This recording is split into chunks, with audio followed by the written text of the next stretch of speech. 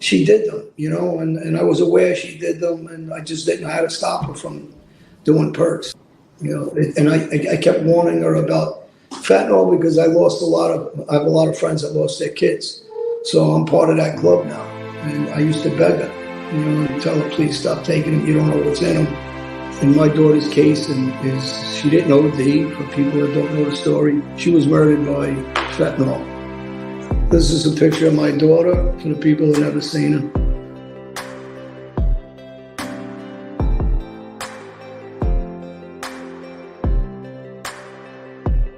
And I can't say it enough times. Do not accept anything from anyone you don't know. And even if you do know them, don't accept it unless you know what it is and where it's come from. And I would say at my worst, I was probably taking between 30, 35, sometimes maybe 40 a day. If anything, the way I look at it is like Sopranos saved me. When I would think like, man, what are you doing to yourself? It would be a lot easier for me to go like, stop doing this. Look at what your life could be, instead of what a lot of my friends were dealing with. And, I think it's 5 of my friends who I brought to the premieres of The Sopranos are dead now. I had my own battle with addiction as well. The Vicodin and Percocet, that was the thing. Never, I didn't do heroin, or it wasn't coke or anything else. It was Vicodin and Percocet. By 2005, I was a full-blown heroin addict and a crack cocaine addict. And even people with the worst kind of mental illness have a chance if they have the capacity to be honest with themselves. The reality is we've been lying to ourselves with every drink we put in our mouth, or every puff we take, or every pill that we pop, or whatever we're doing. And then we wonder why people get pissed off at us, but we don't see that it's what we're doing. It's not my mother, my father, my brother, my uncle, my sister. No, it's me too. The consequences are too severe for me. The damage I've done to my health, it's a fucking miracle. Nothing short of a miracle that I am still alive. So, if I can do it, any of you can do it. When people suffer from alcoholism or drug addiction, there must come a moment when your life totally crashes. For me, that moment came when the pain was too great and the consequences were too profound. Only then did I decide to change. Recovery and sobriety is all about change, and for me, it started when I woke up in a grimy hotel room in a shitty little town in Pennsylvania. And so, if you want a new life and start a new journey of a lifetime, you've come to the right place. You want to drink? That's your business. You want to stop drinking? That's our business. Welcome to Recovery Tube. Hey guys, how's everybody doing today? It's been a while since we did one of these. It's been about a month. Actually, it's been exactly a month. Sorry about that. But we will get caught up and start doing them more regularly on this channel. There's only 18 people, and there's not going to be many because, it appears that not all the addiction recovery people subscribed and turned on their notifications. So I did put a community post up on the other channel, and, we'll see what happens, but it doesn't really matter how many people are here. Wild Bill, my apologies. I didn't want to kick you out or anything, but the addiction recovery shows, we don't do any of that here. And the Wild Bill, with the last name that starts with S, there's no need for that.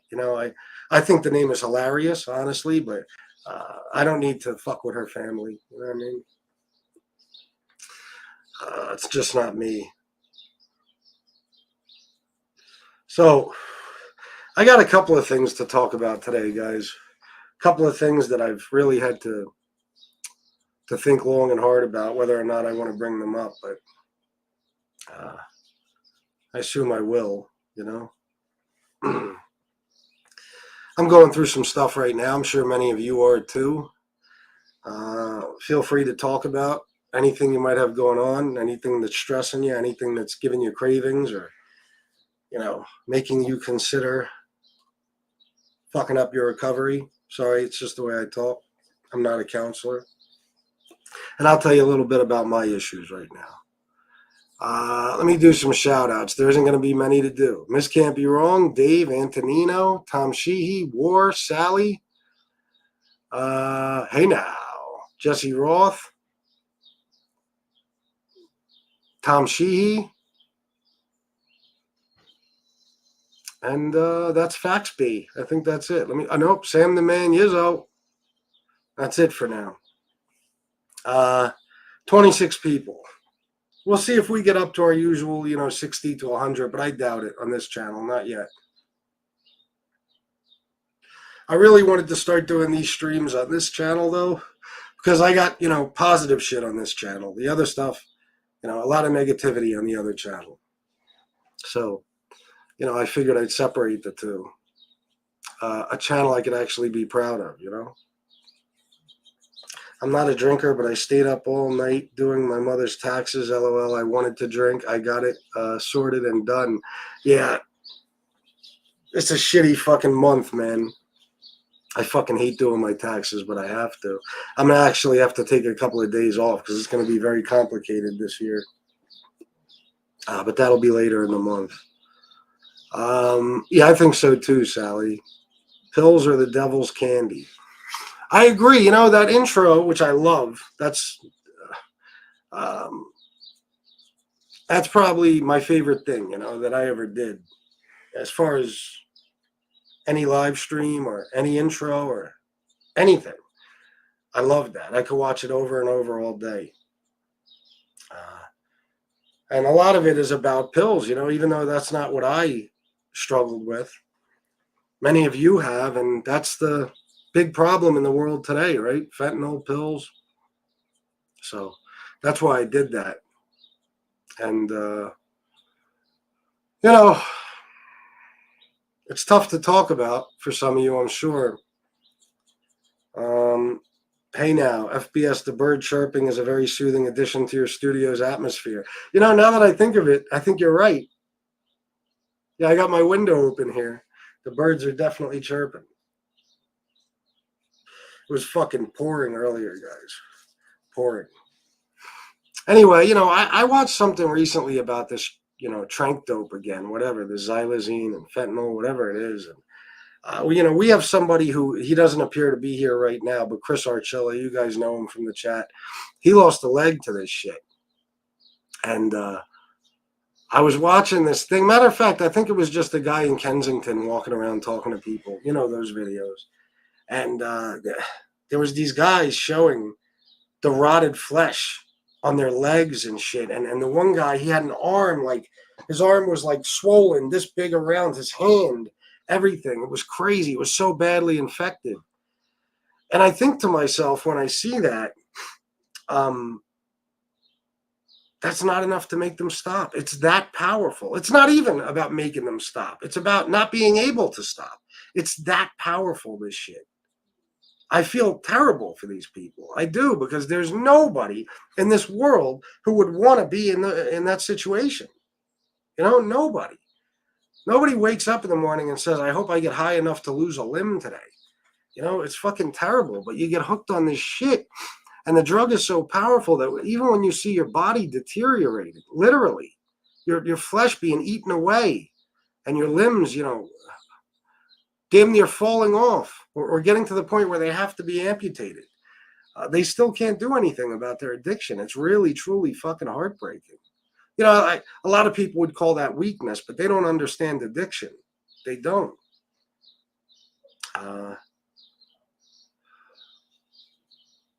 This stuff is the devil. Even watching these things is very hard because it's like, my God, I mean, who knows what these people could be? A lot of society looks at these people as throwaways, like they're nothing. Who cares about them? They're junkies. Get rid of all of them. But you don't know who these people are. You don't know who they have in their lives. You don't know who loves them. You don't know if they have kids. You don't know. You don't know if they have a mother that's up every night sick, waiting for them to come home, wondering if they'll ever come home. And you don't know what these people could turn out to be. You know, that's why I get mad. It's not making fun of people or thinking they're weak to still be on, methadone or something like that. It's like, I know that you have it in you to stop. And who knows what you could become. Some people are hopeless, but, if you do. But I also understand it's not that easy. So it really is heartbreaking. It is. I mean, these fucking people, like, watch one of those Kensington videos one time. I mean, you'll be in fucking tears. There's actually a place in America, about an hour and 20 minutes from my house, where it's just zombies walking around. It's just people who were once something, who were once somebody, and are now just rotting away on some city street. And it's allowed. And I understand why it's allowed, believe it or not, because you got to think about how any government works, local, state, federal. They don't care for undesirables, okay? And undesirables, such as, drug addicts, are not good for tourism, for, real estate prices, things like this shit. It's not good for business, so to speak. They bring property values down. When you have an area that's filled with a bunch of people out in the street, homeless, fucking getting high, it certainly doesn't help tourism, which brings in a fuck ton of money for any city that's a big tourist destination. And, there's other things too. They're not people who are paying taxes, stuff like that. So I feel like the government of Philadelphia, Pennsylvania, has said, well, listen, let's just put them all in one fucking place. This way they're not in our neighborhoods and in all the city streets and in places where, tourists like to come and people might want to buy homes and open businesses. Let's just put them all in one place. Fuck them. Let them stay in Kensington and, that's it. We'll just let them do their thing. Because we don't even want them in the jails. You know what I mean? So that's what they've done. And it's truly fascinating. When you look at a video of Kensington, you have to ask yourself, I mean, even for a split second, it'll cross your mind.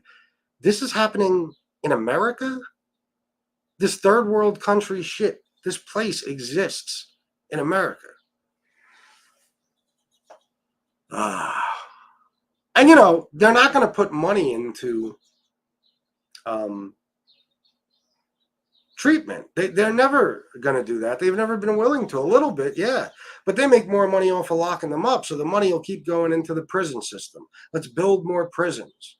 And then let's lock up drug addicts rather than actually get them help. You know how many nonviolent drug offenders are in prison in this country? It's the majority of the prison population. Local, state, and federal. But, there's no money in treating them. They don't give a fuck about that. They don't care about them. Like I said, society and our government sees them as throwaways. Which is a shame because, let's be honest, the government puts the shit here that gets them hooked. You know what I mean? To begin with. So whether you want to believe that or acknowledge that or face that, that's up to you, but it's facts. I spent a lot of time around a lot of drug dealers. They're not bringing this shit into the country.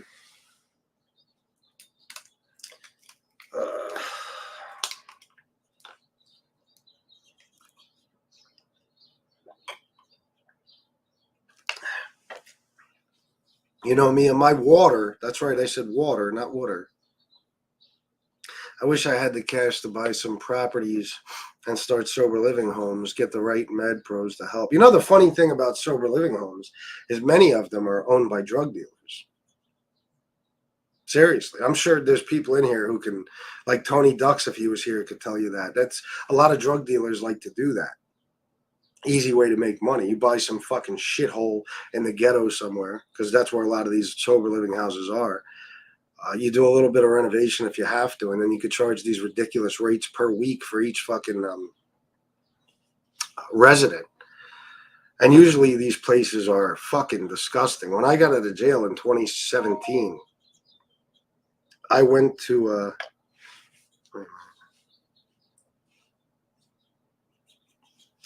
again. My God, it's doing it again, the fucking microphone. Guess I gotta leave myself a note to check before every wrong one again. There we go. Thank you, Michael Hensley. What was I gonna say? Oh, I went to see one of these places in 2017 when I was released, and my God, I mean, I wouldn't. If I was homeless in the street and I was offered a room in this place for free, I wouldn't stay there. I'm not kidding. The place was infested with cockroaches. The kitchen was filled with dirt and grime, and fucking there's pots and pans all over the fucking countertops and stove with fucking grease this thick in them. Nobody does the fucking dishes. And most of the people in the house are getting high, because most sober living home owners, they don't give a fuck. They just want their money every week. Terrible place to be. I'm sure there are some good ones, but not any that I've seen. Love you too, Michael. Thanks, bro. My stuff would be clean. Oh, I know yours would. I know that. Michael Hensley, we love you too. The prison industrial complex is $1 billion business. The Geo Group donates a lot of money to both parties to keep those prison cells full. Yeah. And CCA, if they're still around, Corrections Corporation of America.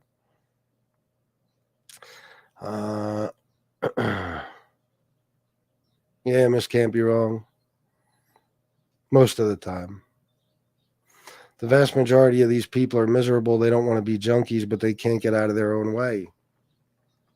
It's sad, guys. This is why I say over and over again how grateful I am, for the fact that I was able to quit, my drugs of choice and drugs and alcohol altogether.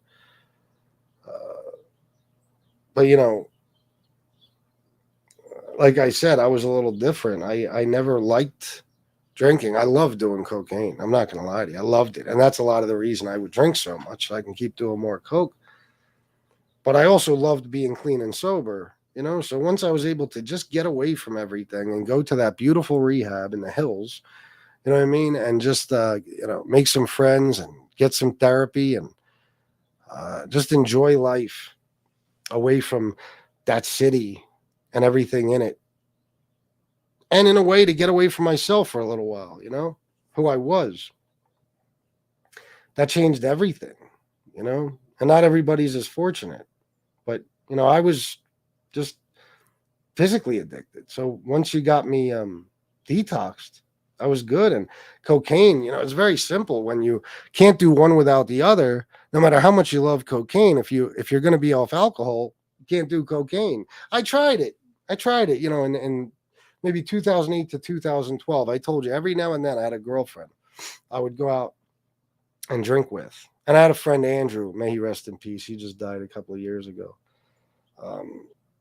We'd go out every now and then, and I would try to just drink. But by the end of the night, I was meeting up with somebody. We get a ball, I remember hiding in my girlfriend's bathroom while she slept one night, just doing a ball all night, drinking beer and doing an 8-ball. She woke up in the morning. I was still up. She's asking me why the bathroom reeks like cigarettes, where all the empty beer bottles came from. Fucking humiliating, honestly.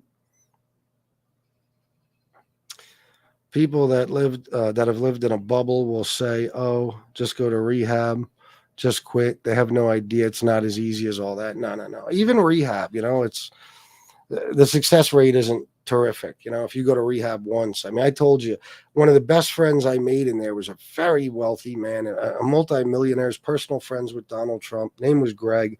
I love the guy till this day. I love him. He was like a father figure to me in there. He really was. And he did something really nice for me before I left. Something really nice that I'll never forget. He was a fascinating man. Worked on Wall Street his whole life. And this man had been to just that rehab 4 times before the time, I was there. There was another girl named Savannah, beautiful fucking girl, gorgeous, who was probably, I think she was maybe 24. She had been to 16 rehabs since she was 17 years old. She had very, very wealthy parents. I told you the place was all millionaires or millionaires' kids. And they would just put her in rehab. I mean, she actually left about a week and a half after I got there.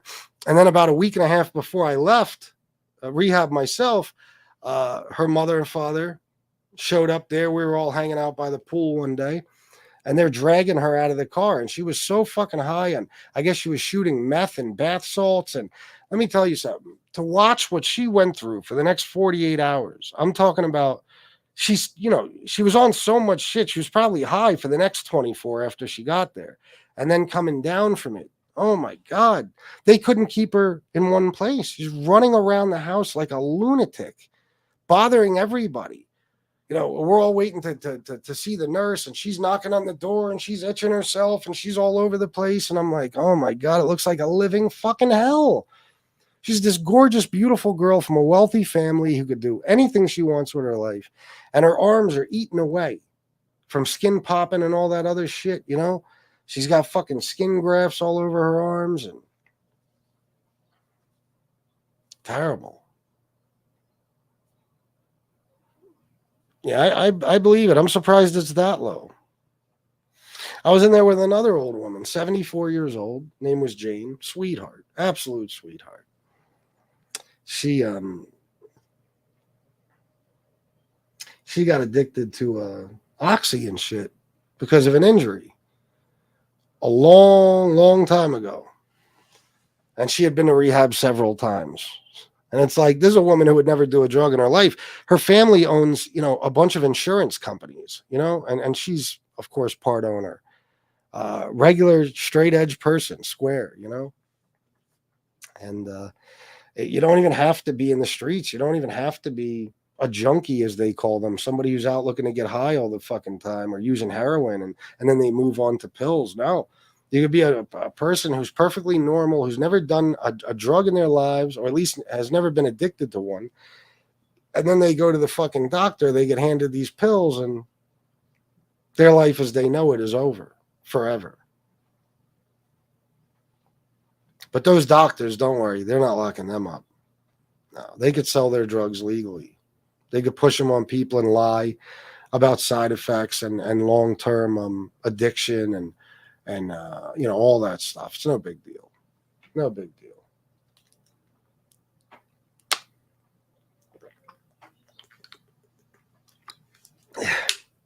Yeah, Miss Can't Be Wrong, you can.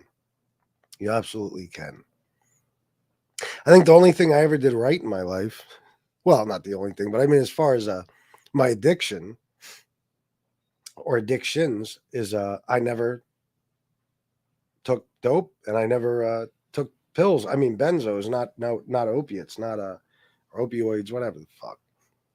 Oxy and painkillers and shit. Never wanted to do it just because I saw what it did to people. You know what I mean? Cocaine, I'm not saying it's a good thing to do, but anybody who knows, cocaine is a mental addiction. There's no physical withdrawal, period.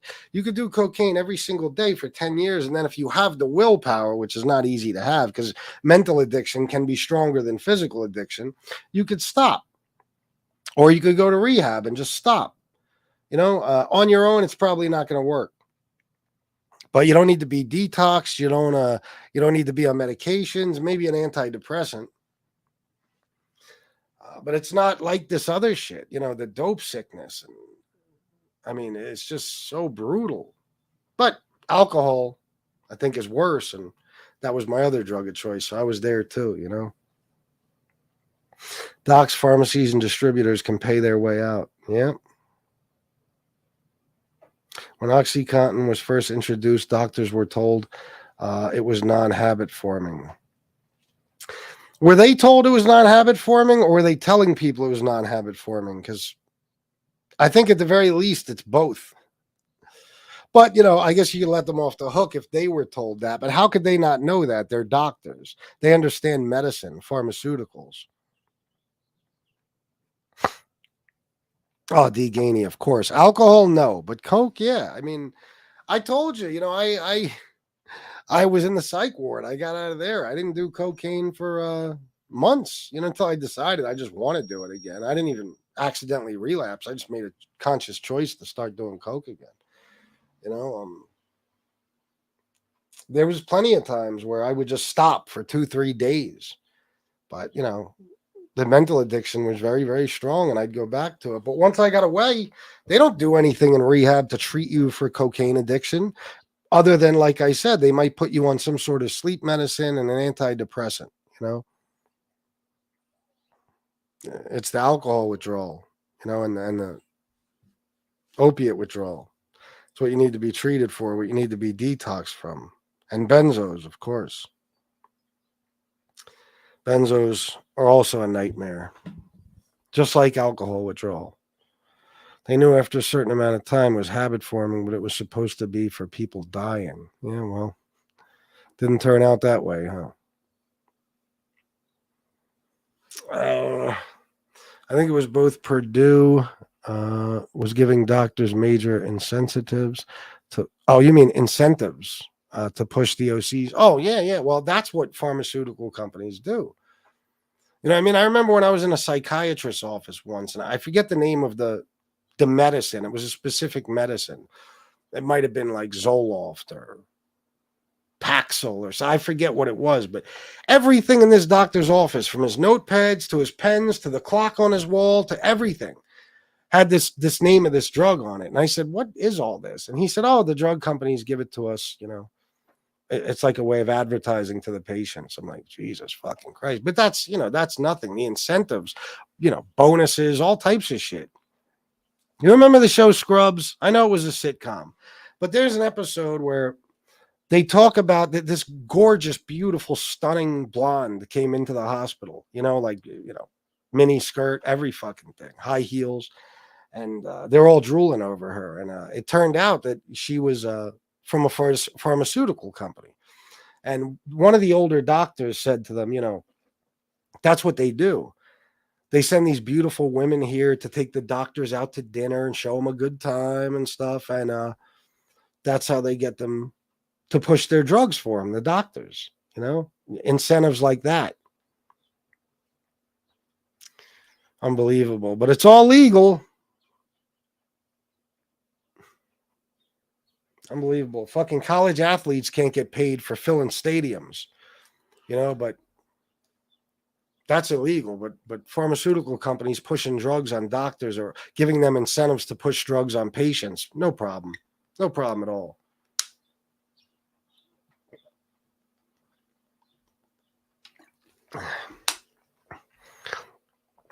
Oh, really? Good. All right, then I was wrong about what I just said. Good. I didn't know it changed now. Pharmacists know medications better than doctors. Well, yeah, of course. They're the scientists, really. I talk to my pharmacist when I'm prescribed something, then have the doctor switch it out if there's something more appropriate. Yeah, that's always a good idea. Definitely.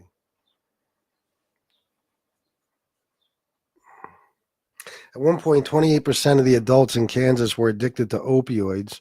More than 90% began through doctor prescriptions. More than 90%. The stats speak for themselves.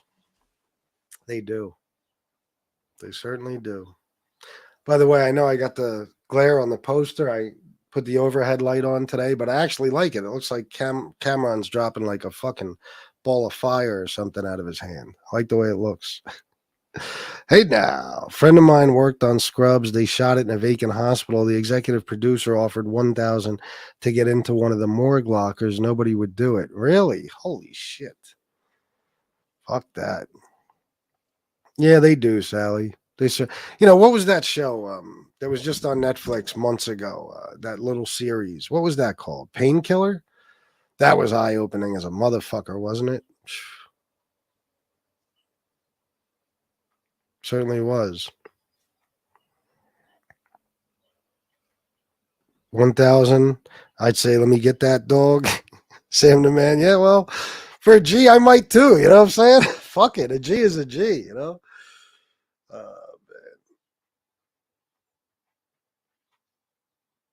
So, I got to be careful with everything I say, but, just to give you a little idea of what's going on in my life right now. I know it seems like there's always something, but listen, I still consider myself a very lucky person in life. I got to be careful how I say this.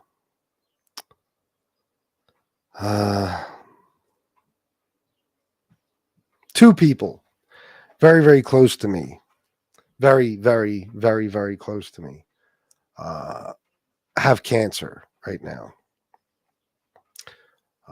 One is newly diagnosed with lung cancer, and the other one had cancer years ago, and it came back, and it was colon cancer, and it has now spread to his liver, his pancreas. I just found out today. I didn't realize went to his pancreas too, his lungs, his heart, his esophagus. So I talked to a friend. You could probably imagine who that friend was last night. Big into addiction and recovery. And I talked to him very, very late for quite some time. And we had a video call. And I was telling him about this. And, he was, unfortunately, he's a brilliant man. I say unfortunately because he was able to tell me what the likely outcome of this is going to be and how soon. So that fucked me up a lot last night. But, he told me, and I was already planning on one. You heard me say that yesterday. But he told me, you should probably do an addiction and recovery show tomorrow about death and dying. I feel like I already did that with, when my mom got that horrible news, that emergency addiction and recovery show. But of course, my friend, said this, gave me this advice because, a time like this, you are at high risk for relapse, I'll say this, and I've said this before. I am at the point where I never feel like I'm at high risk for relapse. I'm extremely determined. And even getting this news, and my friend, whose cancer metastasized and all that, if I said that right, I think I did. He just gave me this news yesterday. And here's the crazy thing. I was at my storage unit, right? And I was going through this box. It was so fucking weird, the timing. I was going through this box of old stuff, because that's what you have in storage, boxes of old stuff. And I started to find all these things of his. I guess you can say. I'm not going to go into detail. I'm not going to go into detail, but I found a lot of stuff. And stuff, from our friendship, over the years, pictures, things like that. And then he calls me and tells me this. And I fucking, of course, I broke down. But it was strange timing because I just found all this stuff from, decades ago and over the last couple of decades. But I got to be completely honest with you. I never for a second thought about going to have a drink or going to buy a bag of Coke, or I don't know what it is. I think I'm so determined. Now, I don't want to jinx myself, and I don't want to sound like as if I got this, so to speak, as much as I hate that fucking expression. Like I'm at no risk for anything. When the time comes, might I be at risk? Might I make a bad decision? I don't know. I certainly hope not. But I think that's what my friend last night was worried about. Not so much right now, but later on down the road. But as of right now, it's not in my plans. It's not something I feel like I need to do. I mean, it's destroying me inside. This is going to be, I'll tell you right now, the hardest death I've ever dealt with in my life. And I know that. And the people around me who know my friendship with this person, they know that too. This is not going to be easy, but I know that I can't relapse because I got too much to lose, and too many people depend on me. So, I don't have that option. Not like I want that option, but you know what I mean. It's not in the cards. But I'll tell you what, man, sometimes it becomes overwhelming. Jesus fucking Christ, one after another. Holy fucking shit.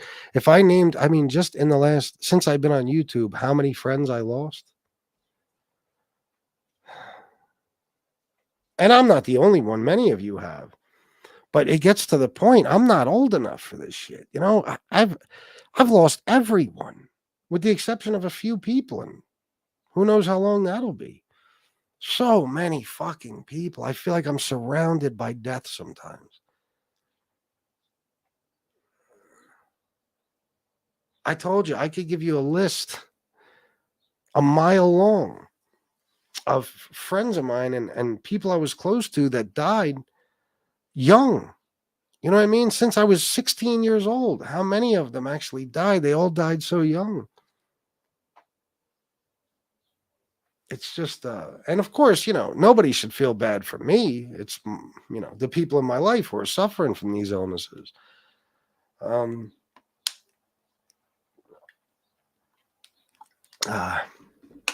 I know that these two people are looking for prayers right now.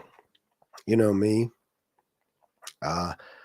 And I'd love to tell you who they are so you could pray for them, because that's what they want. But, fortunately, I'm in a situation where I can't.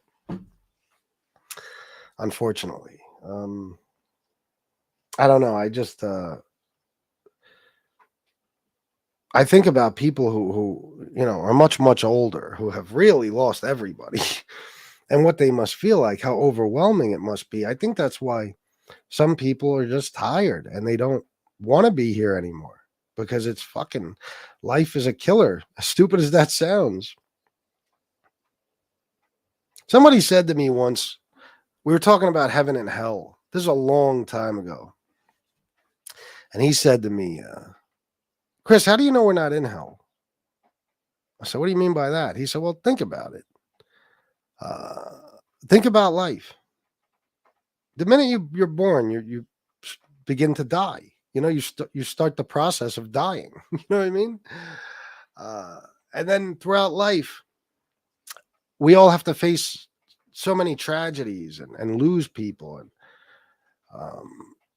go through hell and back and struggle. When you think about it, it almost seems like life is a lot harder than death, doesn't it? I think it's fair to say it is. But it did make me think, how do we know we're not in hell already, if there is one?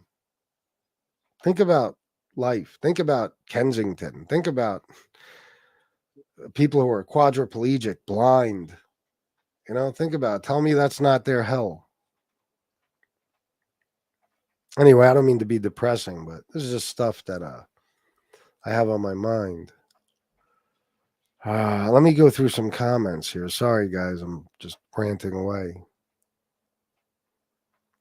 Yeah, it's a bitch to watch, Sally, but it's good and it's eye-opening.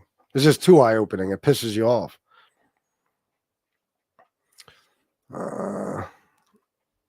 Thank you, Miss Campurone. To Morgan, Better Call Saul. I never really watched that show. Take it slow. Yeah, I had to. I know you do, War. It's all good, man. I feel terrible for him and his family,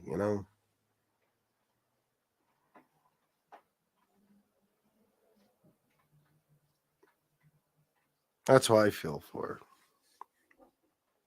But I'll tell you what, man, he's a fighter. He's a tough motherfucker, man.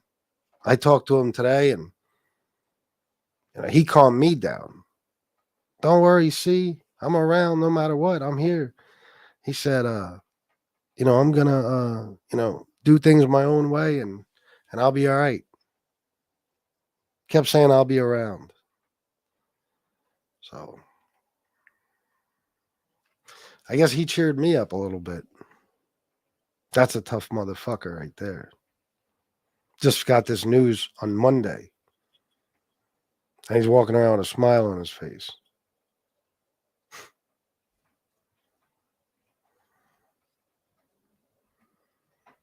That's all right. Hey, now listen, we all got issues. I'm no fucking victim of life. This is what happens, but it's just tough because, I've lost a ton of fucking people. I told you. I mean, the list is probably, I wouldn't doubt if there'd be 50 names on it. But these two are bad. And, the other one is a woman. So to see her go through this shit.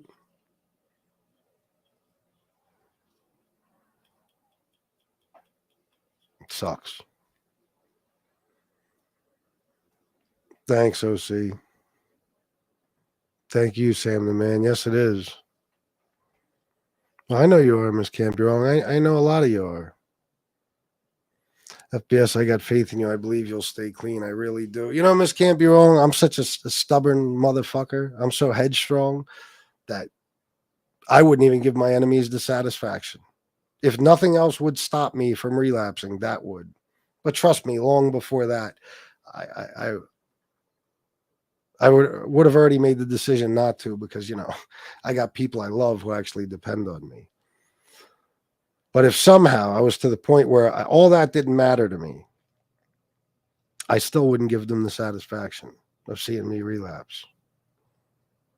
Thank you, War.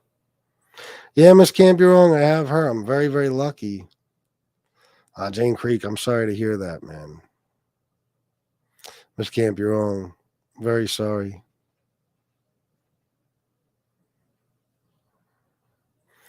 From what I know of you, I don't have any worry of you relapsing. Just hate seeing a good guy down. Yeah, thank you. Hey, now that means a lot to me that you have faith in me. Listen. I'm gonna handle it like this. Last night I was a fucking wreck, and today I wanted to make sure I spoke to him right away, and he's like I just said, he's in good spirits. So.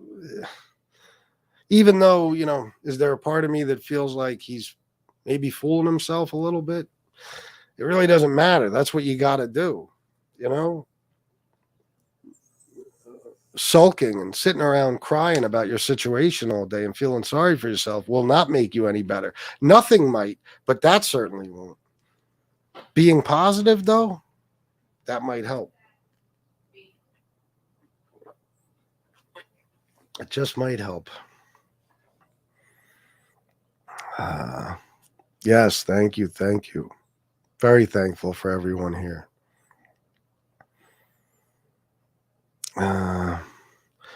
It could happen, or it could hit you at the most odd of times, and sometimes in the most awkward of times. The desire, I mean. Oh yeah. Well, that's because like I say, I sit here and act like I'm bulletproof, but of course, I know that something might happen. God forbid that I might just say fuck it.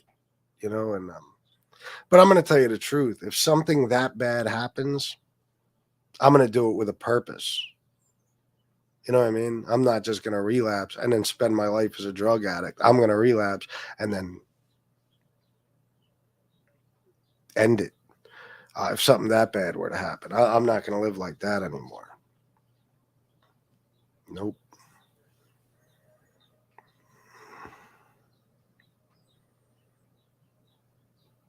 I'm the last of my family line. It's an odd thing to feel for sure. It certainly is. It sucks now. My mother's health. I'm sorry to hear that. Everybody's got issues, man. But this is an addiction recovery show. I don't mean to turn it into this, but it's important to talk about because, like you guys right now, and I'm glad to hear or read anything you have to say about what's going on in your life. You might have things going on that worry you as far as a possible relapse and stuff. And, this is what I got going on. And not just that, another family member just got diagnosed with an illness. It's all, when it rains, it fucking pours. But that person will be all right. Their life is going to change a little bit, but they'll be all right. Well, thank you, War. I was hoping somebody would say that. Well, I'll straight up tell you, bro. Just call me later. I'll tell you the whole story about everyone. Death sucks, brother. Only guarantee we get in life. Enjoy every minute of life, guys. You have to, and as far as the religion and atheism thing, listen, I said this before and I mean it, guys. I'm going to say it again. You could believe in heaven. You could believe in hell. You could believe in whatever you want. You could believe that when you die, you're just starting a whole new life in paradise. You could believe whatever you want. But in order to make your life the best you can make it and have a real quality of life and accomplish things and make memories and you spend time with everybody you love and not take a moment for granted, just keep in mind that there might not be a heaven, that there might not be any afterlife. Okay. And the reason I say that is because, people could say what they want about us atheists, but a person like me, nobody could say you don't see me living my life to the fullest almost all the time. We're always traveling. We're always somewhere doing something. We have fun. Even every day I accomplish something. I make sure of it. I do everything I can to be a better person than I was yesterday. All right. And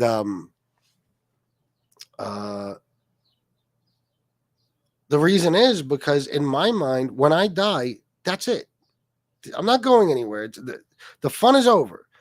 So if you live that way, you will make much more of your time. You'll appreciate every moment a whole lot more. And you'll get a lot more things done and you'll make a lot more memories and, you'll make other people around you happy too, because you'll spend time with them and, you'll never take them for granted. Just keep in mind that there might not be anything, that you might close your eyes and like the end of The Sopranos, fades to black and that's it. There's no more you. No spirit, no nothing. Because if you think that way, and like I say, you don't have to. You can believe in heaven, but as long as you treat your life as if when you die, there's no more life, there's no more afterlife, there's no more anything. It's over, and you'll make a lot more out of your life while you're here on Earth. I guarantee it. Now, as far as the people in my life that are sick right now, I'm going to do everything I can to spend as much time with them as possible, because as much as I like to think positive, I'm also realistic, and I know the circumstances. I understand how bad it is.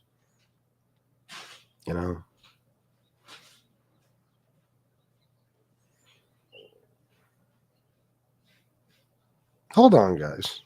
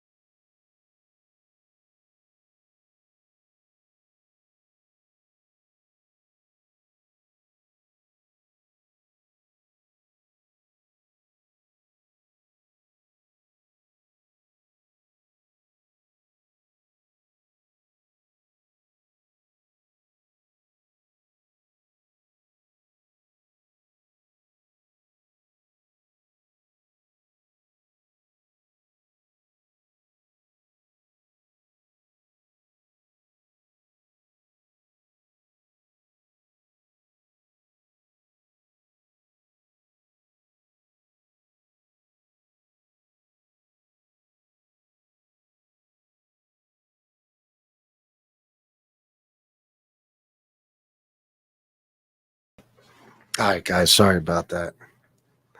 Had to see what my stepson was up to out there. I heard noise. FPS, wow, had to pull over from driving, but hell yes, life is overwhelming. Dell is my name, yeah. And you know, for all of us, not just me. I'm not trying to make this shit about me. I'm just telling you what my situation is right now, and you know, this what's going on with the people in my life, you know. But yeah, it is. It's for all of us, you know, especially at certain times. Sometimes, see, this is the problem, you know. And like I said, I don't like to think this way. I'm a positive thinker, but I'm always scared. Now, all right, let me explain. I'm always scared when things are too good. Okay. And I had a manager once. Her name was Emily. We were very close, as close as could be, especially on certain nights. And she said to me once, "You are self destructive." And I said, "You just figured that out?" She said, "Well, look, I noticed that you're doing so well, but you're almost looking for a reason to fuck it all up because you're doing so well." She said, "Look at all your friends, Chris," because she knew my life. She said, "They're dead or they're in prison. They're in federal, state, county prison. Everybody around you. But you're doing well." You know, I had just gotten out of jail maybe a year before that. This is decades ago. And she said, "Look how well you're doing. You're working. You're making good money." I had just started my DJ thing. I had my daughter. Whatever. And she said, "You're doing great. You're probably doing better than you've ever done because you're not even breaking the law any fucking more. At least as far as she knew, I wasn't." And she said, "But I noticed you're almost always looking for a reason to fuck everything up." And she's right. You know, I think that's how a lot of us are, especially when it comes to addiction. You know, that's how we fuck everything up, by falling back into our addictions, relapsing. I forget my point here, but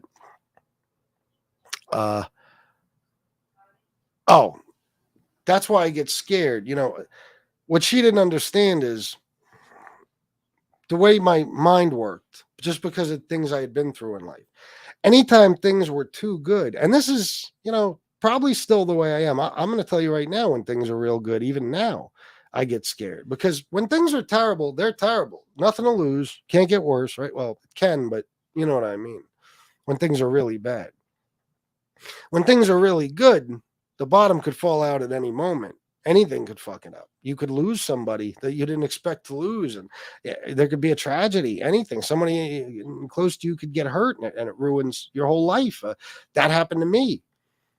You know, so I think I purposely fucked things up just because I was so sure that they were going to get fucked up anyway, or I was so afraid of doing well that I wanted to ruin it. It was just, I was doing too good. And I wanted to fuck it all up because I didn't feel like I deserved that. You know, I didn't feel like, and I'm still like that. I have a lot of guilt with a lot of things. You know, when I see myself, you know, happy and living my best life, so to speak. I hate these fucking stupid cliches, but, you know, and having everything I want, and my family, and enjoying myself, and having my freedom, especially my freedom, because I probably don't deserve that.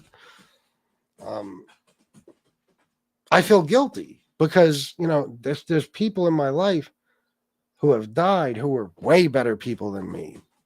Way better people than me.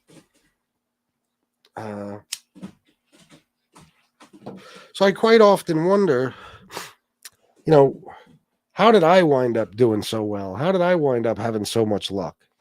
And all these other people, you know, died at fucking 18, 20, 25, 30. You know, right now, you know, well, I'm not going to tell you exact people's ages who are sick now, but, you know, I've always felt guilt. I have survivor's guilt like a motherfucker. Oh my God. Yeah.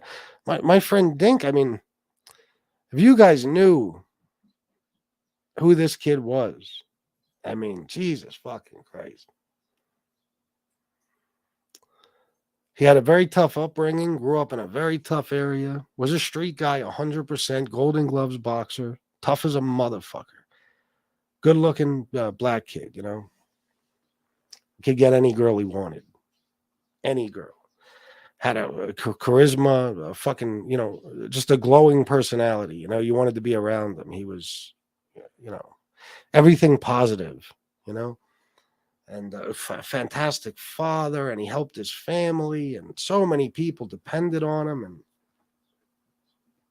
he did a lot of dirt in his life. You know, he was a street guy. He hustled his ass off, and he wound up going to state prison at one point, and he got caught coming back from Philly with a package in his car. Let's just say he went to prison for a while, and then he gets out, and the whole time he was in prison, me and Cam were sending him money. As a matter of fact, I just found a receipt for a money order yesterday in that store. It's very weird, the shit you hang on to. But one of the money orders I sent him when he was in, where the fuck was he? Oh, Graterford.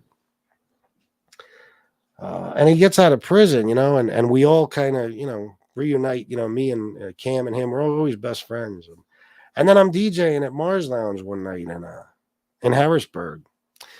It was like maybe 1 a.m, so I still had an hour to go. And Cam calls me up crying, hysterical. I said, bro, what the fuck happened? What's going on? And he said, Dink got killed tonight. Now, it was a car accident, but the reason he said that was because the initial theory is that he was kind of run off the road. And I you know, I always had a very low opinion of myself. I always saw myself as kind of a bad guy because I did a lot of bad shit. I didn't think wasn't an angel either, you know, but I still always felt like he was a better man than me in some ways. And I'm not somebody who feels that about many people. But I'll never forget the feeling. And then when I left there and I'm on my way home, you know, it's almost 3 a.m, and I stop at a convenience store and I look at the fucking newspaper because he had died. It was about 3 or 4 o'clock that afternoon. I didn't find out till later. And it's like 3 a.m, and I get to a convenience store and there's the newspaper, and maybe I'll show it to you guys sometime. It's probably better that I don't, but it's one of the most graphic pictures I've ever seen in a newspaper. He drove like a Saturn station wagon. He had just got it when he got out of prison. And the fucking car was flipped over on top of him. And all you could see at one end was his hat, and on the other end was his Air Force Ones, fresh white Air Force Ones, Uptown. And I was like, Jesus Christ, man. He was driving on this curvy road. Maybe I'll take you guys on a tour one day of where he was, but he was rushing to take his little boy to kindergarten orientation. He was afraid he'd be late. Probably going a little too fast, and he hit this fucking like embankment, and he flipped. The car flipped, I think it was 5 times. He was thrown from the car, and the car landed on top of him, and meanwhile he flew, you know, probably 75 feet. And the old man who lived at the house was sitting outside in his rocking chair when this happened.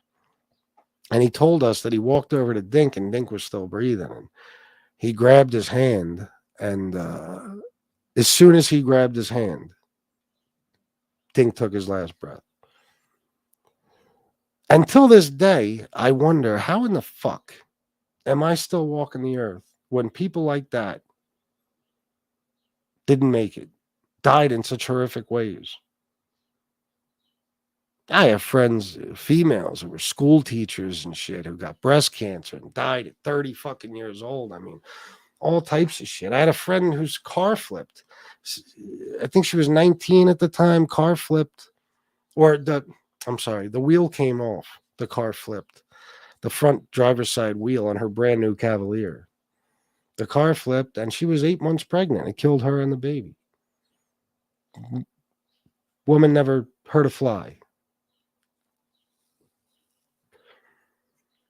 So these are the things I struggle with. You know, I have a lot of guilt, man, a lot of guilt. And that's why I think when I'm doing so well, it's because there's a couple of reasons. It's because I feel like it's going to get fucked up sooner or later anyway. So let me do it my way before it's really bad when the time comes, you know?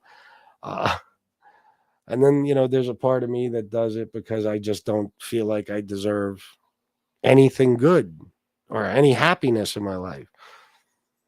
And these are the things that have led me to say, fuck it. I'll never tell you I accidentally relapsed, meaning, you know, I was doing well and then one night I just broke down and had a drink. No. Anytime I relapsed, I did it with the intention of relapse. I just decided I want to start drinking and getting high again. You know? But that's most of the time. There's many times I was clean and then relapse, so to speak. But most of those times it was, I think, because of that. My psychology is that I was told from a little boy that I didn't deserve anything good, that I was a bad kid, that I was, and I was not. I was a fucking straight A student until we moved to this fucking godforsaken place. But I was told every day that, you know, I had a brother who was a troubled kid. I mean, when I tell you the trouble he got into, that's why we had to leave Queens. You know, I was told since I was a little kid that I wasn't going to be any fucking thing, that I was going to be just like him. I was going to go to jail. I was going to be on drugs. I was going to be a dropout, all this shit. So, you know, even though I'm a grown man now and I know better, you know, that's not, you can't make those decisions for me. You can't make me turn that into a, you know, self-fulfilling prophecy, whatever. It's still in the back of your mind always, you know, when you were told that since you were a little kid. So, you know, I guess when I see other people die, I always feel like it was meant for me. You know, somehow I got lucky. I don't know, but it's a terrible feeling, you know, and it's a terrible way to live, to constantly self-destruct, because you're either afraid of things being too good, you're afraid of, you know, the bottom falling out one day, or you just don't feel like you deserve goodness, you know?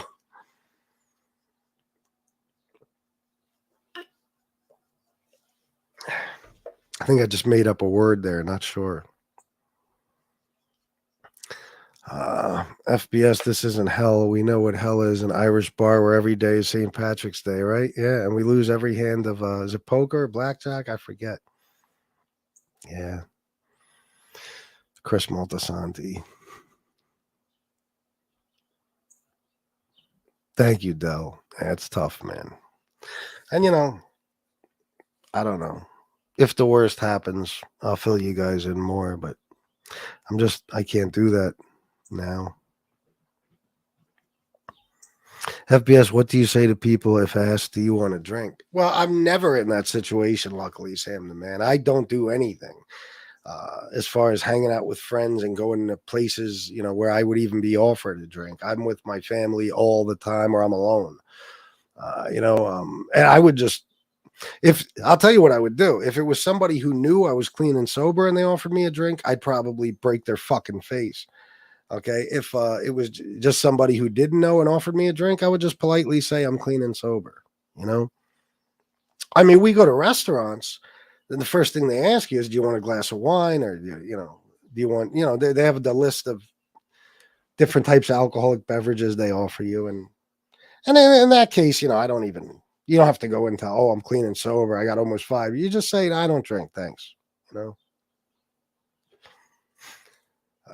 But we did a therapy in rehab. Some of you might have done it. I don't remember what it's called. I just heard it the other day, the name, and I forgot it. I actually wanted to use it as a topic, but they take people from the group and they'll take one person who is the clean and sober person, and the other people are people, you know, you're at a party, and these other members of the group will play party goers who will try to tempt you, and you have to play out what you think you'll do or say. It's almost like you're rehearsing it for when the time comes.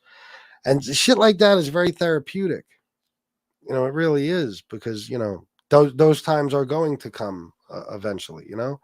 And listen, it's not easy. Like, we do a lot of shit. You know what I mean? We are in a lot of places. We were in Miami a lot, Fort Lauderdale, we're always traveling or doing something. We're in Atlantic City a lot, you know, different beaches, party towns, stuff like that. And,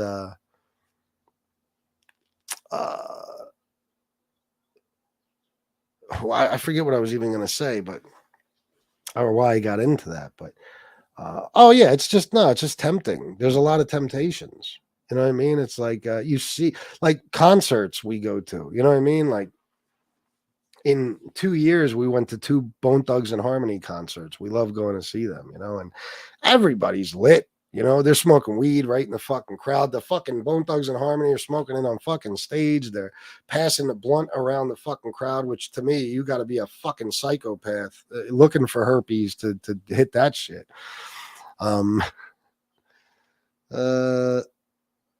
But, you know, everybody's having a ball, and, you know, especially as somebody who was a drinker, how much fun it is to be at an event like that and to get wasted. But you just got to know you can't do it. It's just like, I might want to eat a fucking Reese's peanut butter cup tomorrow, but if I do, I'm going to drop fucking dead because I'm allergic to peanuts. You know what I'm saying? So it's the same thing with alcohol and Coke and whatever your drug of choice might be. Drugs of choice, or just drugs and alcohol in general. You got to remind yourself you're not like everybody else. You know, you're not. You have this, if you want to call it a disease, addiction, whatever. And, you know, you trying to do what they're doing, even for just one night, could cost you everything. It could ruin your life or cost you your life. And I know me, I'm a very violent drunk. I am. I'm not just saying that. You guys think what you want about me, but I told you, most of the very violent crimes I committed, if not all of them, I was under the influence. I'll do anything. I'll kill a motherfucker when I'm drunk, and I won't think anything of it because I go into a rage. I'm not a fun alcoholic, you know, I'm not. So, you know, I'm very fortunate, you know, I'm a very happy person. I really am, you know, and I believe it or not, most of the time I'm a positive thinker.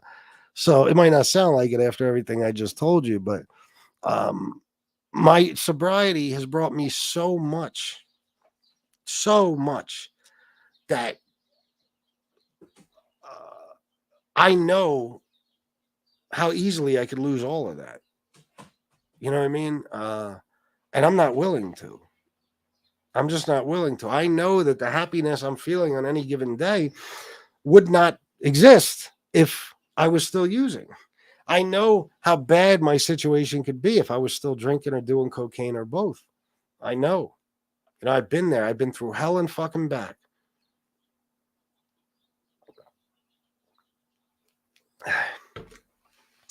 And it's just not worth it to me, you know. So I wish those people have a great night, have fun, drink, do whatever, just be safe, drive safe, whatever. And if you can handle it, good. You know, there's some people who could do that. They could live their whole lifetimes just getting drunk here and there, drinking on occasions, drinking at events, drinking on, you know, vacations, whatever, or even recreationally using drugs without ever having a fucking problem. Good for you. I'm not going to sit here and preach to everybody who has a drink or does a line of Coke. Fuck that. I wish I was one of those people, but I'm not. I've proven it to myself and everyone else too many fucking times. So I just can't do it, you know, and a lot of you guys, you know, you just can't do it because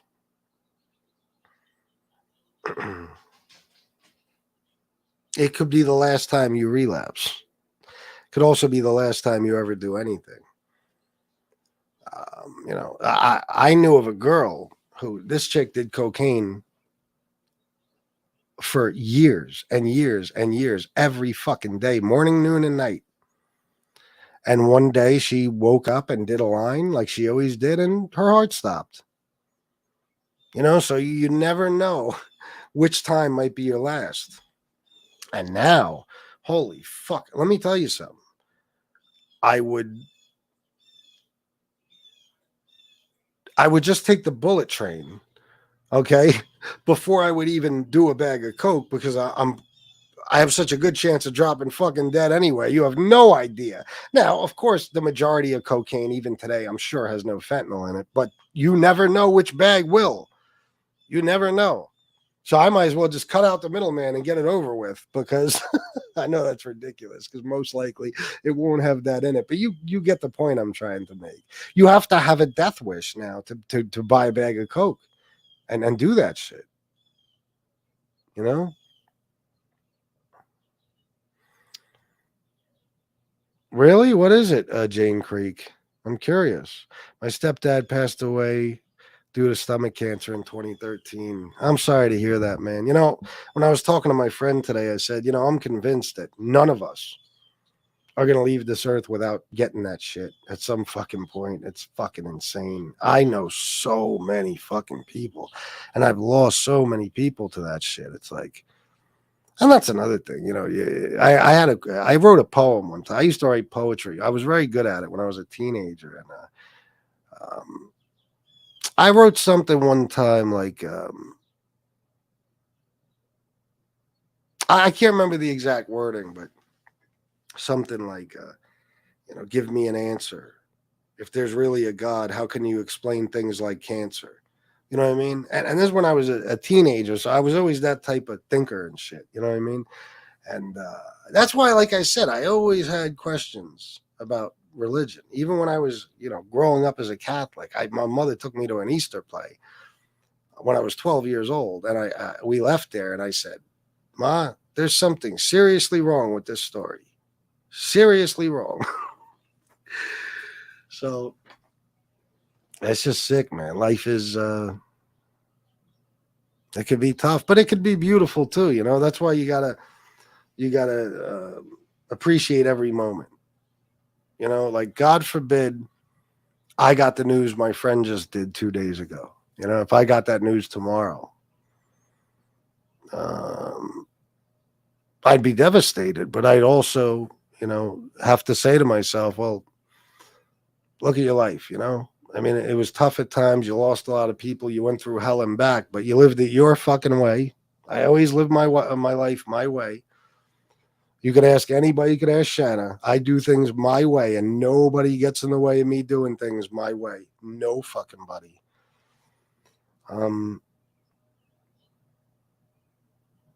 You know, I'd have to say, well, look, I mean, how long have I been on borrowed time, first of all? Look at what I did to myself. It's a fucking miracle I didn't drop dead a long time ago.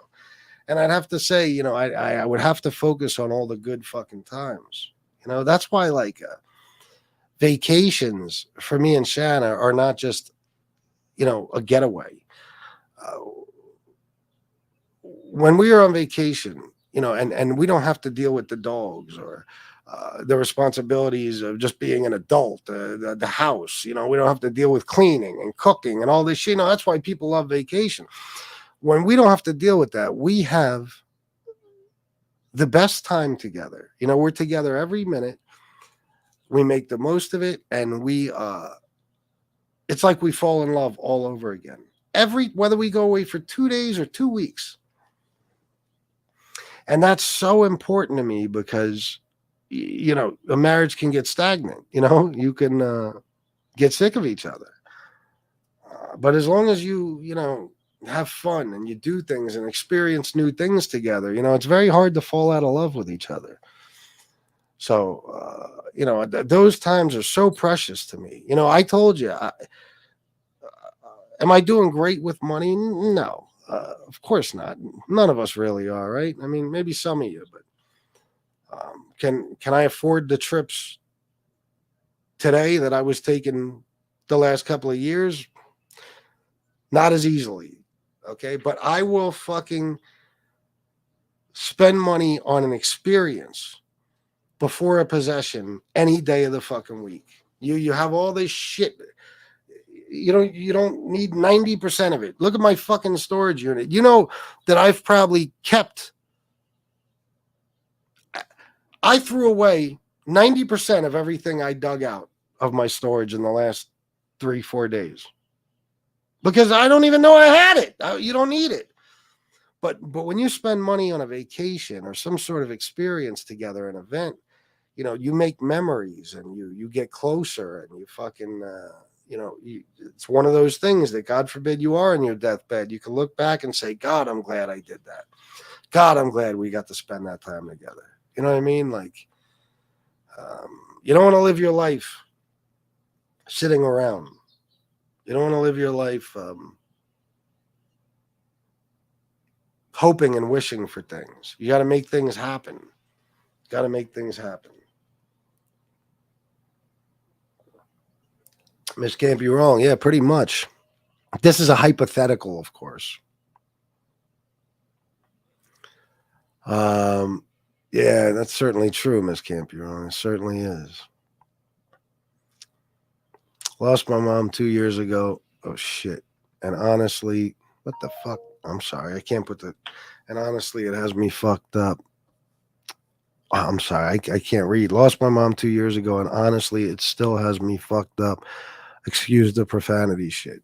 Bro, this is the FBS channel. Well, this is Recovery Tube 180. You could be as profane as you fucking want. I'm sorry to hear that, though, bro. I don't know how people survive that. You know, that's one of my biggest fears. And I don't know what the fuck I'll do. Ancient Romans didn't believe in paradise after they died. This made them live life to its fullest, drink, feast, and be merry, for death awaits. Yeah, I'm telling you. I know religious people who are like, death is nothing. We're just moving on to a better place. You're probably not. Okay, in my opinion, you definitely aren't. But just in case, I don't want to crush anybody's faith or beliefs. If you believe that, that's good. That's good. It's a good thing, I guess, if it helps you. But it'll hurt you in a way, too, because, you know, you have no proof that that's going to happen. Okay, you have much more proof that when you die, it's all fucking over. So live your life to the fullest, man, because you only get one. And when it's over, it's over. There's no coming back. I say this and be quiet on the subject. You don't have to believe in God to be used by him. And as many evil, creepy things I've seen the good spiritual side of things. Yeah, man, I don't knock your faith, bro.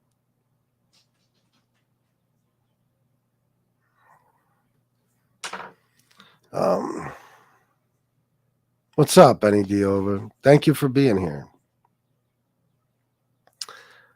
Let me get down here through some shit. I'm so self-destructive, FBS. It's insane. My therapist told me every time you're about to make a huge accomplishment, you decide to sabotage it. Oh, yeah, Betty. Yeah. Yeah. Let me tell you something. I'm going to give you an example. This is a true story.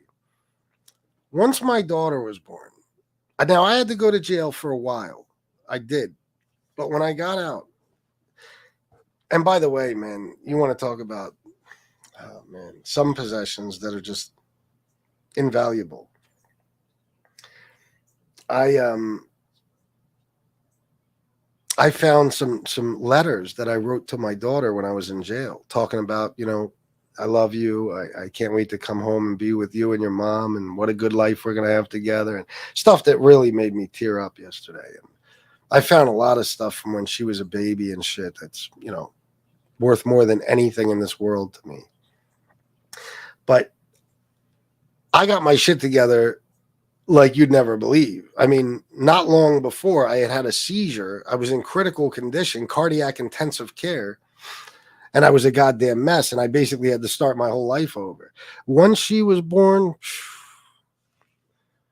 I put the pedal to the fucking metal, getting my shit together. I was not playing. And I was working at a restaurant, but I was making decent money. And her mother was a nurse. She was making good money. And our bills, we had a nice apartment, $500 a month. We had one car and one car payment.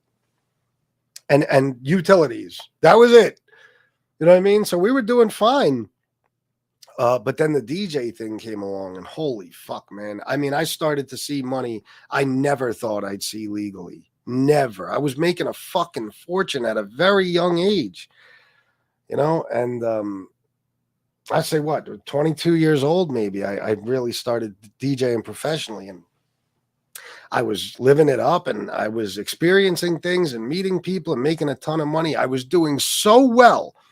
All we did was progress. We went from 1 car to 2 cars every year to 2 brand new cars. We moved from the apartment to a beautiful fucking home. We had everything we wanted. I was making so much fucking money. Between the two of us, especially, but just my income alone. And I was doing so well that I almost couldn't stand it. And maybe 5 years later or something, 6 years later, I got a DUI, leaving Ada's, my club. And the next day I woke up because I was so fucking drunk. I was in a blackout, they took me to booking, and then they called somebody to pick me up. I forget, or had me call somebody in my family. I don't know, but somehow I wound up at home and passed out in my bed and woke up the next day. And now I had to break the news to my daughter's mom and everything. I got a DUI. But as soon as I remembered, I almost felt a sense of relief, because it was like, and this is going to sound stupid, but my life was so fucking perfect that the people, who had just gotten to know me during my DJ career in those years and stuff, to them, I was a perfect person. Everything in my life was fucking terrific. I was a fantastic fucking father. Okay, I don't pat myself on the back for a whole lot. You might think I do, but I did the opposite of everything my father did. And me and my daughter had a relationship like no father-daughter I'd ever seen. And I was a good family man, and I could provide like not many people at that time. And I was very successful. I became, locally a celebrity. You know what I mean? And once I got the DUI, I was relieved in a way. I was like, good. That's to show all these people I ain't perfect. Fucking right. I'm tired of fucking being perfect. I'm tired of doing everything right. That's not me. I got to ruin it. And boy, did I. Because, the breakup had already actually happened before I got that DUI. We were still living together. But then the nuttiness that went on throughout that breakup, and us still living together. I got another DUI 2 months later, and I wind up, shooting at somebody, trying to kill somebody, and end up in a fucking psych ward for a while. And oh my God, I ruined it. Oh boy, did I. I destroyed a perfect life. A perfect life. I told you there was a tragedy that took place before that really made me lose my mind. And unfortunately, I can never speak about that tragedy because it involves somebody else. But to this day, that is the worst thing that ever happened to me in my life. And my life was destroyed because of it. And to this day, I have nightmares, and I think about a certain person and what they must have gone through when they were hurt this way. And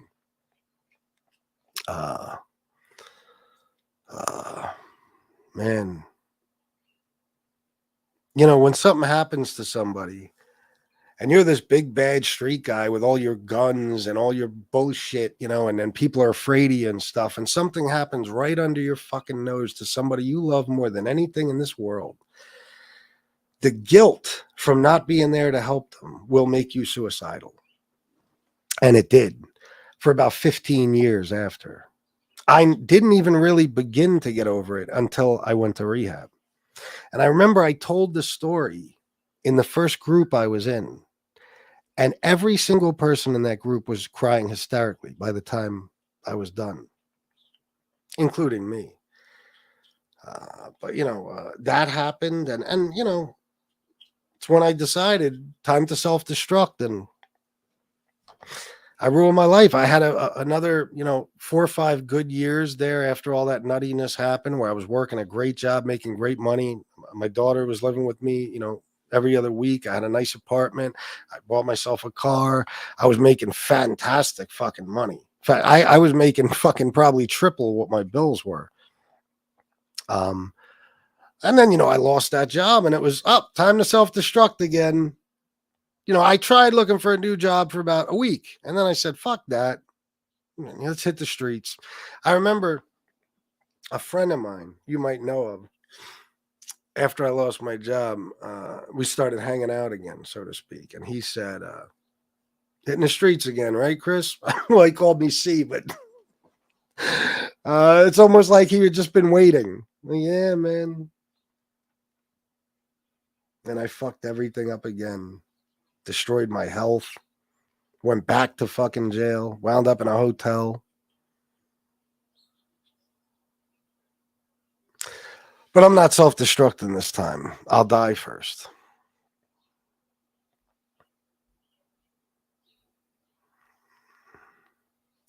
War, it's nuts. I'm only comfortable when everything around me is burning, not intentionally, but my mind does it. Benny D'Over, I was the exact same way. And I hope that I'm not still, but I wonder sometimes. Yeah, me too. And I think part of it is, psychologically, you're like, well, things are going to be destroyed sooner or later by me or some life event or something. So let's just get it out of the fucking way, Or, there's also a part of it that, like you said, you're comfortable because you're used to chaos and that's all you really know. And when things are too fucking good, it's enough to make you insane. Because that, even me, listen, you know what I miss most in my new life is being out there. You know what I mean? Being in the city with my friends and being in the streets and hustling and making that fast fucking money and just all day making runs and posting up at bars and just collecting fucking money all night and all that shit. I miss the action of it. Holy fuck do I. But I know, forget relapse. And I know if I go back to that action,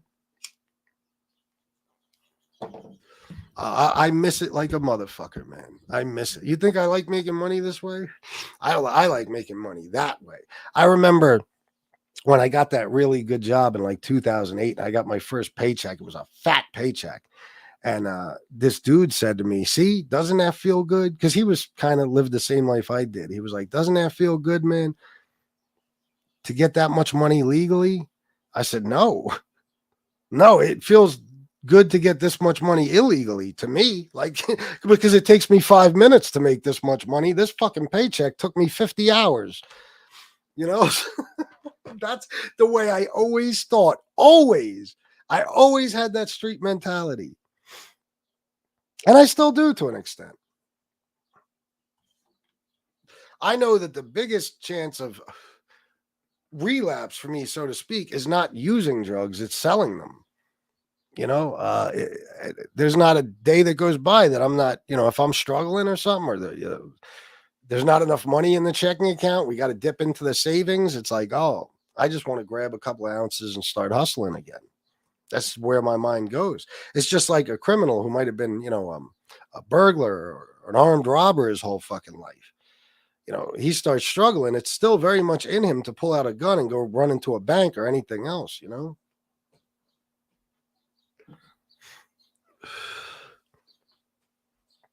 Don't feel guilty. Use your second chance to make the world a better place. These shows are without a doubt doing that. Well, thank you, Jane. That's probably the only thing I do to make the world a better place. And I don't do it enough. But at this point, it's not my second chance. It's probably my 70th. Showing random strangers kindness is very important. It doesn't have to be a lot. And it could make all the difference in that person's life. Yeah, I did something like that yesterday, Jane, and it feels good. And yeah, it can make a difference. I know, Miss Can't Be Wrong. I know, but it is what it is. Thank you, War. I appreciate that, man. The same to you. I love you, bro.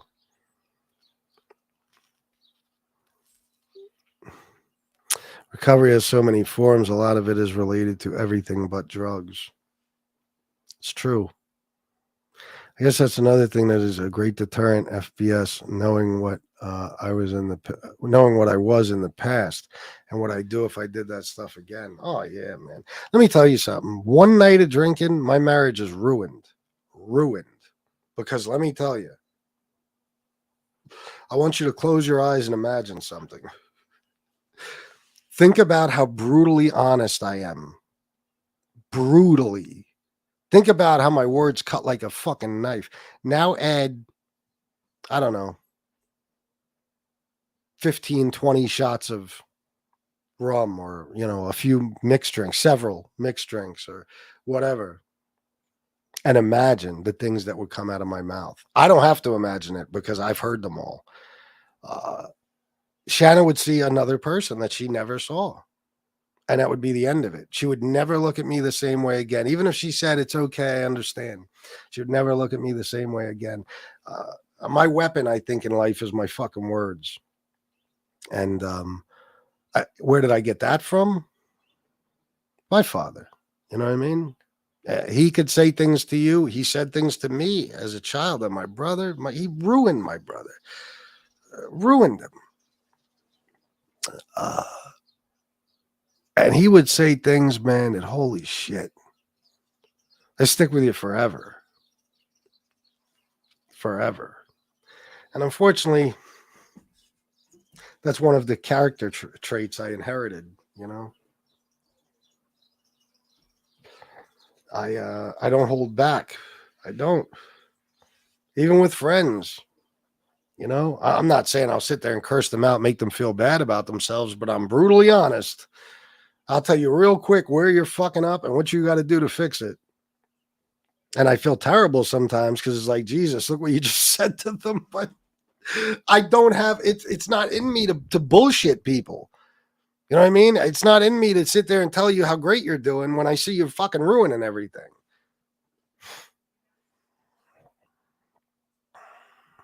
Someone has Dell's number. Give him a shout. He suddenly dropped out of the chat. Well, hopefully he just got busy or something. Something happened. Maybe he had to, something, life situation he had to attend to. Maybe he's working or something. But yeah, it's a good idea just in case. Sam the man, I am so sorry, guys, but there was nothing like doing a line off a big, beautiful breast or a thigh. Or an ass cheek. I know. See, we could talk about stuff like that. And an addiction and recovery thing, it's fine to talk about how good shit used to feel and how much we used to love doing these things because that's why we were addicted, right? It's one of the reasons we kept going back. But think about the other things that came with that, Sam.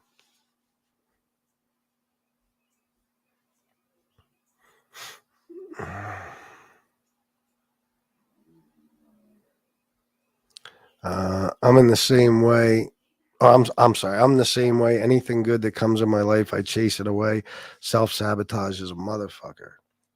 It is, man. I'm not doing it this time, though. Yeah, it's true.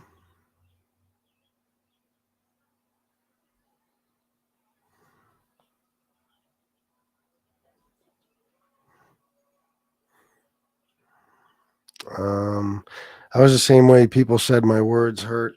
I called them all soft. I still feel guilty. Yeah, man.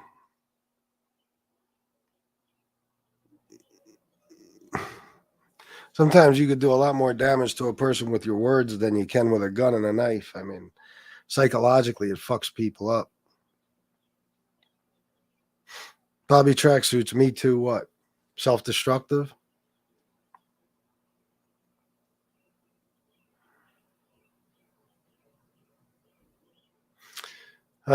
Look, Miss Can't Be Wrong. I remembered to put the thing at the bottom of the screen today.